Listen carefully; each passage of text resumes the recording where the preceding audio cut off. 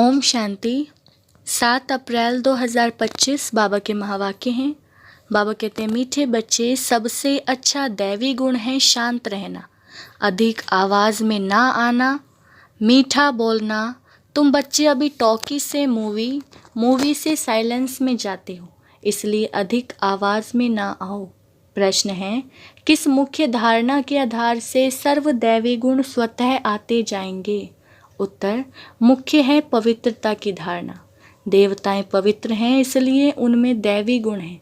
इस दुनिया में कोई में भी दैवी गुण हो नहीं सकते। रावण राज्य में दैवी गुण कहाँ से आए? तुम रॉयल बच्चे अभी दैवी गुण धारण कर रहे हो। गीत है, भोलेनाथ से निराला और कोई नहीं। ओम शांति। अभी बच्चे समझते हैं कि बिगड़ी को बनाने वाला एक ही है। भक्ति मार्ग में अनेकों के पास जाते हैं, कितनी तीर्थ यात्राएं आदि करते हैं। बिगड़ी को बनाने वाला, पतितों को पावन बनाने वाला तो एक ही है। सदगति दाता, गाइड, लिबरेटर भी वह एक है।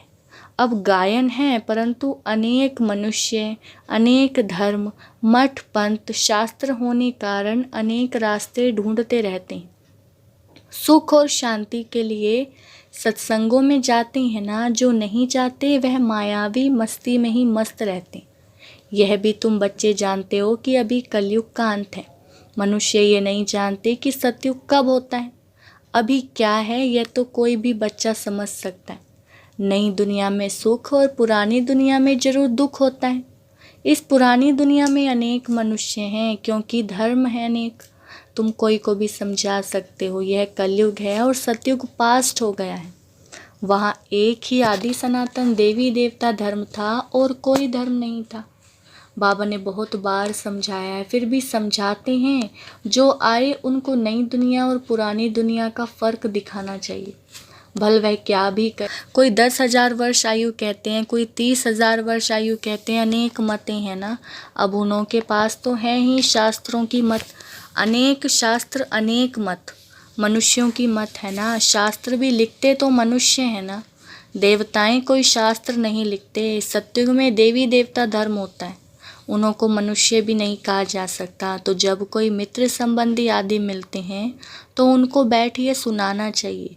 विचार की बात है। नई दुनिया में कितने थोड़े मनुष्य होते हैं, पुरानी दुनिया में कितनी वृद्धि होती है। सतयुग में सिर्फ एक देवी देवता धर्म था, मनुष्य भी थोड़े थे।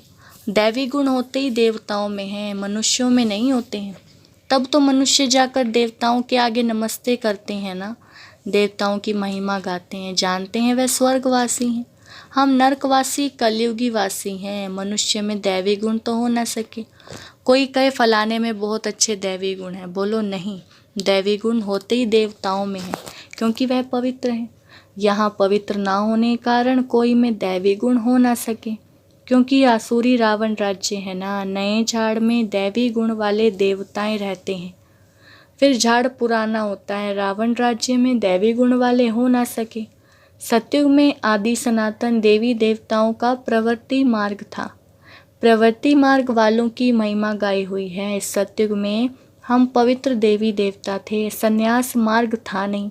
कितने पॉइंट्स मिलती हैं, परंतु सभी पॉइंट्स किसकी बुद्धि में रह न सके। पॉइंट्स भूल जाती है, इसलिए फेल होते हैं, दैवी गुण धारण नहीं करते हैं। एक ही दैवी गुण अच्छा है, जास्ती कोई से ना बोलना, मीठा बोलना, बहुत थोड़ा बोलना चाहिए। क्योंकि तुम बच्चों को टॉकी से मूवी से साइलेंस में जाना है, तो टॉकी को बहुत कम करना चाहिए। जो बहुत थोड़ा धीरे से बोलते हैं तो समझते हैं यह रॉयल घर का है, मुख से सदैव रत्न निकलें। सन्यासी अथवा कोई भी हो तो उनको नई और पुरानी दुनिया का कंट्रास्ट बताना चाहिए।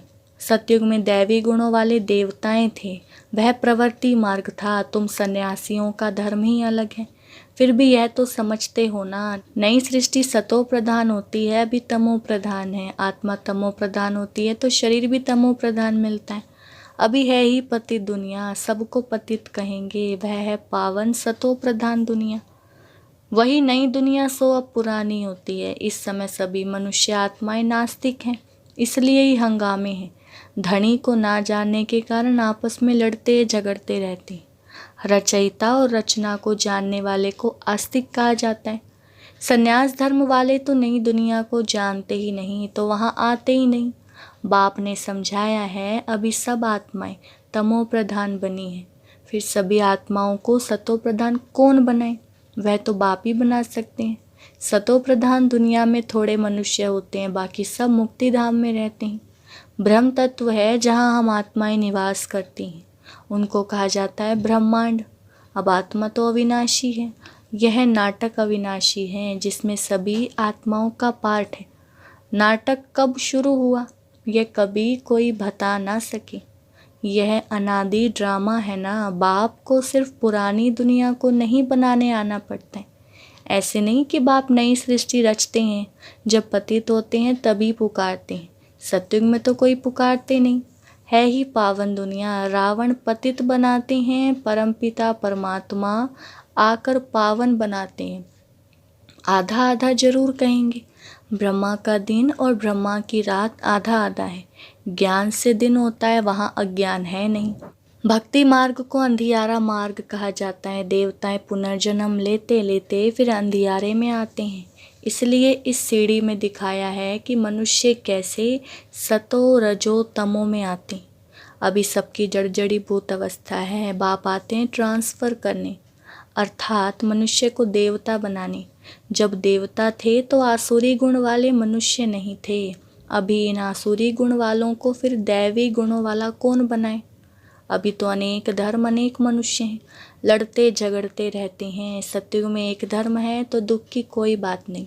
शास्त्रों में तो बहुत दंत कथाएं हैं जो जन्म जन्मांतर पढ़ते आए हैं।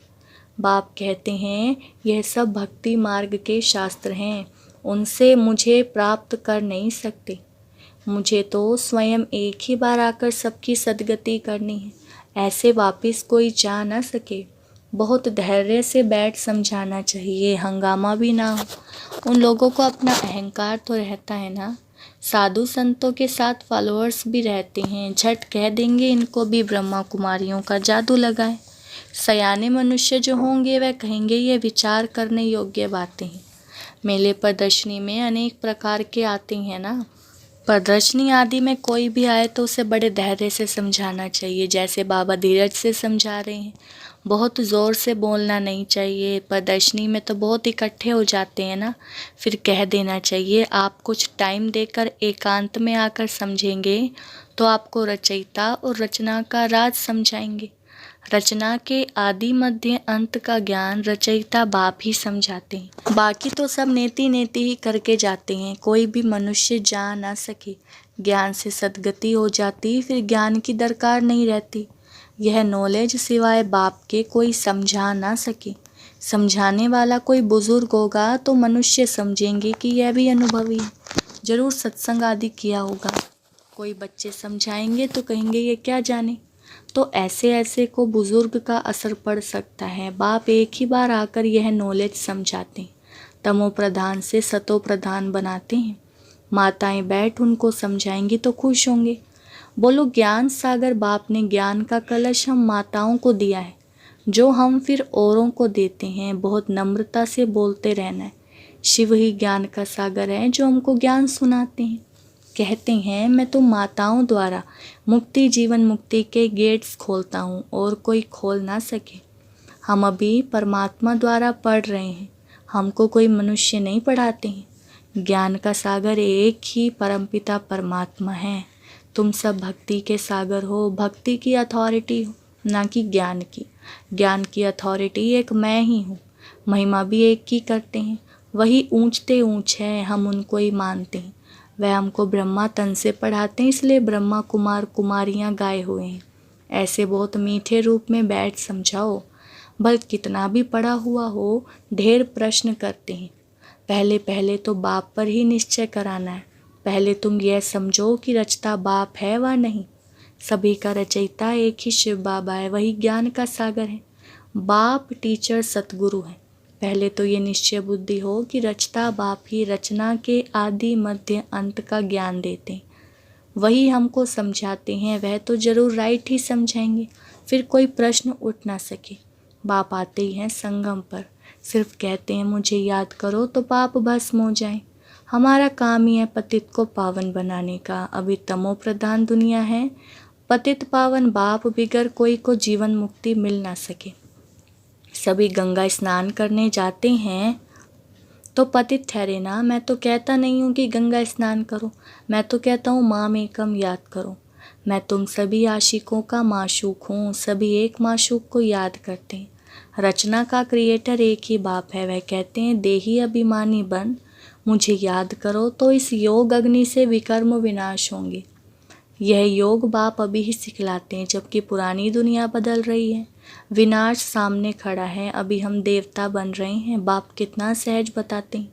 बाप के सामने भल सुनते हैं, परंतु एक रस हो सुनते नहीं। बुद्धि और तरफ भागती रहती। भक्ति में भी ऐसे होता है, सारा दिन तो वेस्ट जाता है, बाकी जो टाइम मुकर्रर करते हैं उसमें भी बुद्धि कहाँ कहाँ चली जाती। सबका ऐसा हाल होता जाएगा, क्योंकि माया है ना। कोई कोई बच्चे बाप के सामने बैठे ध्यान में चले जाते हैं, यह भी टाइम वेस्ट हुआ ना, कमाई तो हुई नहीं। बाप तो कहते हैं याद में रहो जिससे विकर्म विनाश हो। ध्यान में जाने से बुद्धि में बाप की याद नहीं रहती।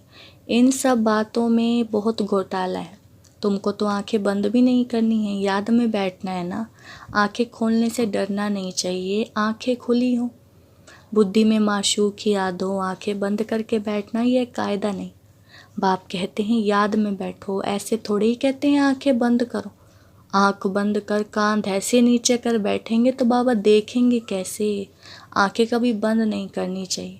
आंखें बंद हो जाती है तो कुछ दाल में काला होगा और कोई को याद करते होंगे। बाप तो कहते हैं और कोई मित्र संबंधी आदि को याद किया तो तुम सच्चे आशिक नहीं ठहरे। सच्चा आशिक बनेंगे तभी ऊंच पद पाएंगे। मेहनत सारी याद में है। देह अभिमान में बाप को भूलते हैं, फिर धक्के खाते रहते हैं। और बहुत मीठा भी बनना चाहिए, वातावरण भी मीठा हो, कोई आवाज़ नहीं। कोई भी आए तो देखो बात कितनी मीठी करते हैं। बहुत साइलेंस होनी चाहिए, कुछ भी लड़ना झगड़ना नहीं। नहीं तो जैसे बाप टीचर गुरु तीनों की निंदा कराते हैं, वह फिर पद भी बहुत कम पाएंगे। बच्चों को अब समझ तो मिली है। बाप कहते हैं हम तुमको पढ़ाते हैं ऊंच पद पाने, पढ़कर फिर औरों को पढ़ाना है। खुद भी समझ सकते हैं, हम तो कोई को सुनाते नहीं हैं तो क्या पद पाएंगे। प्रजा नहीं बनाएंगे तो क्या बनेंगे। योग नहीं ज्ञान नहीं तो फिर जरूर पढ़े हुए के आगे भरी ढोनी पड़ेगी। अपने को देखना चाहिए, इस समय नापास हुए, कम पद पाया तो कल्प कल्पांतर कम पद हो जाएगा। बाप का काम है समझाना, नहीं समझेंगे तो अपना पद भ्रष्ट करेंगे। कैसे किसको समझाना चाहिए वह भी बाबा समझाते रहते। जितना थोड़ा और आहिस्ते बोलेंगे उतना अच्छा है। बाबा सर्विस करने वालों की महिमा भी करते हैं ना। बहुत अच्छी सर्विस करते हैं तो बाबा के दिल पर चढ़ते हैं। सर्विस से ही तो दिल पर चढ़ेंगे ना। याद की यात्रा भी जरूर चाहिए, तभी सतो प्रधान बनेंगे। सजा जास्ती खाएंगे तो पद कम हो जाएगा। पाप बस नहीं होते हैं तो बहुत सजा खानी पड़ती है, पद भी कम हो जाता है, उसको घाटा कहा जाता है। यह भी व्यापार है ना, घाटे में नहीं जाना चाहिए। दैवी गुण धारण करो, ऊंच बनना चाहिए। बाबा उन्नति के लिए किस्म किस्म की बातें सुनाते हैं। अब जो करेंगे सो पाएंगे। तुमको तो परिस्तानी बनना है, गुण भी ऐसे ही धारण करने हैं। अच्छा, मीठे मीठे सिखलदे बच्चों प्रति माता पिता बाप दादा का याद प्यार और गुड मॉर्निंग। रूहानी बाप की रूहानी बच्चों को नमस्ते। हम रूहानी बच्चों की रूहानी बाप दादा को नमस्ते नमस्ते, गुड मॉर्निंग। धारणा के लिए मुख्य सार। पहला पॉइंट है, किसी से भी बहुत नम्रता और धीरे से बातचीत करनी है। बोलचाल बहुत मीठा हो, साइलेंस का वातावरण हो, कोई भी आवाज़ ना हो, तब सर्विस की सफलता होगी। दूसरा, सच्चा सच्चा आशिक बन एक माशूक को याद करना है। याद में कभी आंखें बंद कर कांध नीचे करके नहीं बैठना है, देही अभिमानी होकर बैठना है। बाबा ने वरदान दिया है, सर्व खजानों को स्वयं के प्रति और औरों के प्रति यूज करने वाले अखंड महादानी भव। वरदान का विस्तार। जैसे बाप का भंडारा सदा चलता रहता है, रोज़ देते हैं, ऐसे आपका भी अखंड लंगर चलता रहे, क्योंकि आपके पास ज्ञान का, शक्तियों का, खुशियों का भरपूर भंडार है। इसे साथ में रखने व यूज़ करने में कोई भी खतरा नहीं है। यह भंडारा खुला होगा तो चोर नहीं आएगा, बंद रखेंगे तो चोर आ जाएंगे।